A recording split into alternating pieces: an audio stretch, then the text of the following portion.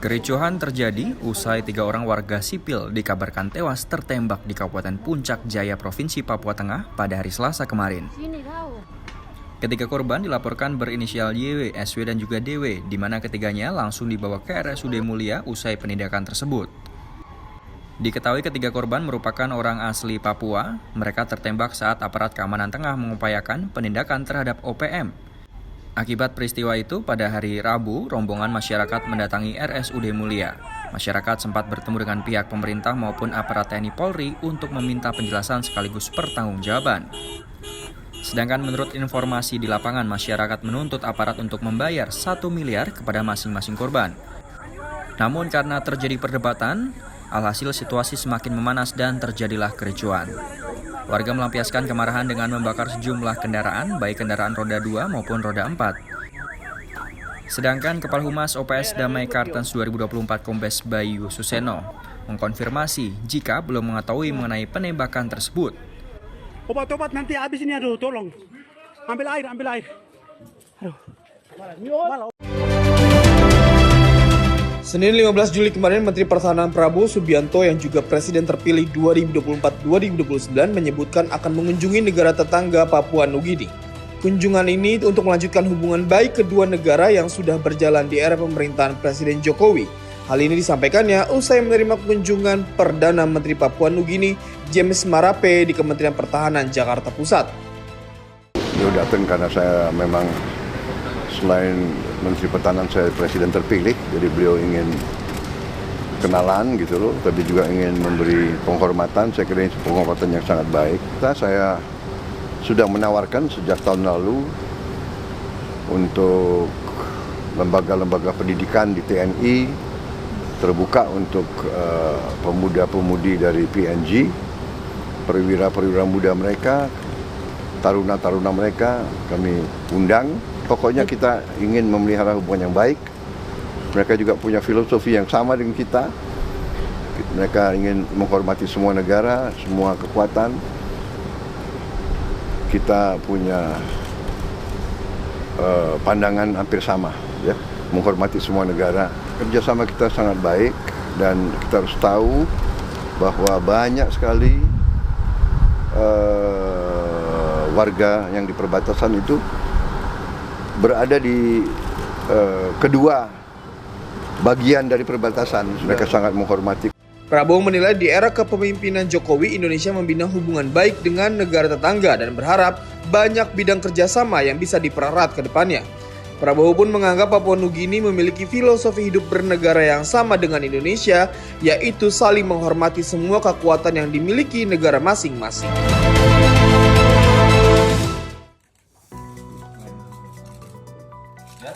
Jakarta juga, Mas. Apa? Begonya dibawa ke kantor Jakarta juga.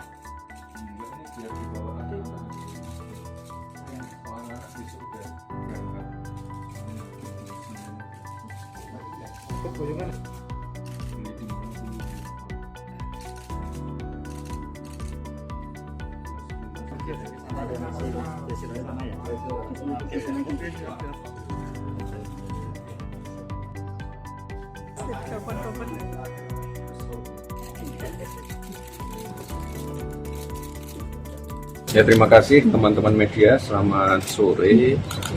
Hari ini kami mengantarkan surat pengunduran diri kepada Bapak Ketua DPRD Kota Surakarta, dan untuk selanjutnya agar diproses sesuai mekanisme yang ada.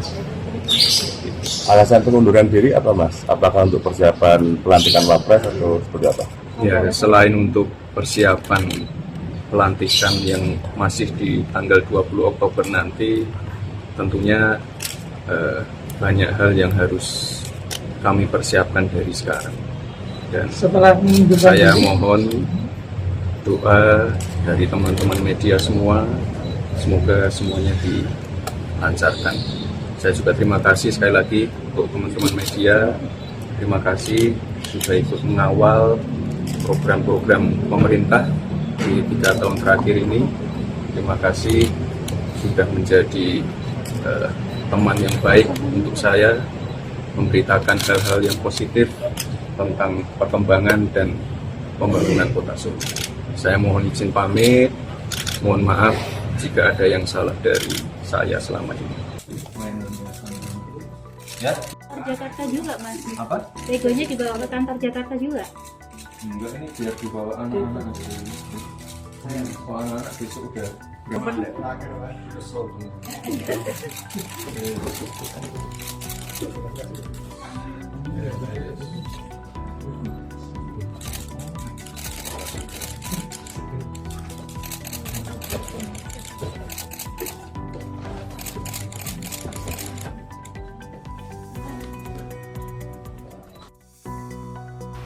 Presiden Joko Widodo melantik 3 wakil menteri di Istana Negara pada hari ini.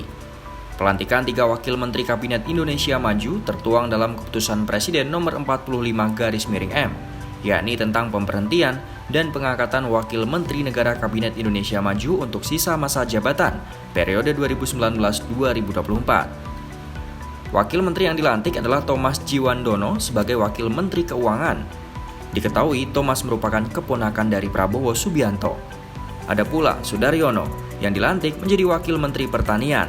Sudaryono merupakan asisten pribadi dari Prabowo dan sekaligus ketua DPD Jawa Tengah. Selanjutnya, Yuliot Tanjung dilantik menjadi wakil menteri investasi. Yuliot sebelumnya menjabat sebagai deputi bidang pengembangan iklim penanaman modal Kementerian Investasi BKPM. Dalam pelantikan, ketiga wakil menteri tersebut mengikuti pengucapan sumpah jabatan yang dibacakan oleh Presiden Jokowi. Setelah pembacaan sumpah, ketiganya menandatangani berita acara pelantikan bersama Presiden Jokowi. Ucapan selamat pun turut disampaikan dari para tamu undangan yang hadir kepada wakil menteri yang dilantik.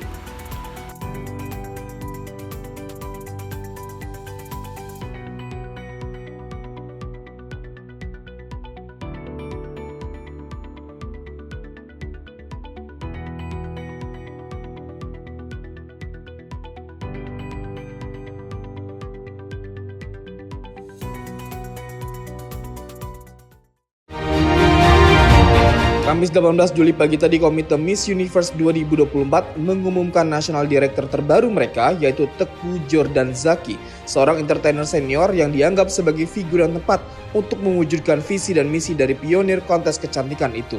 Teuku Zaki menyebutkan keinginannya untuk menciptakan ruang aman untuk para kontestannya agar dalam pemilihan nanti merasa aman dan nyaman, tidak seperti kasus yang pernah terjadi sebelumnya ketika lisensi organisasi Miss Universe Indonesia dipegang oleh kelompok yang berbeda.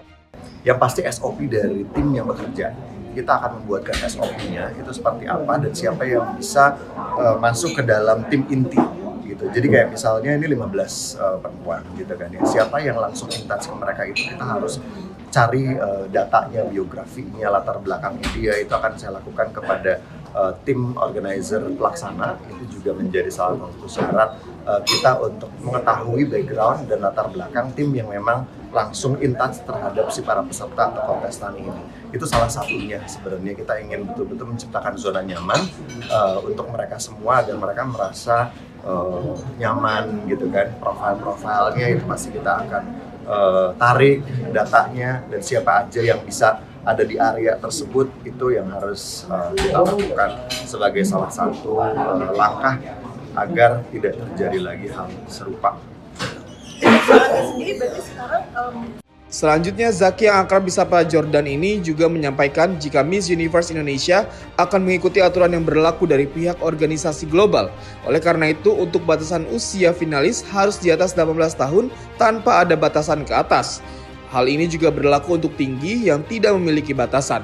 Nantinya tidak ada handpick karena berdasarkan SOP organisasi global, hal ini tidak diperbolehkan dan syaratnya minimum finalis yang wajib ikut dalam pemilihan berjumlah 15 orang. Untuk aspek penilaian akan ada cukup banyak, namun salah satunya adalah kepercayaan diri, kesehatan fisik dan mental, pengetahuan hingga penguasaan bahasa asing.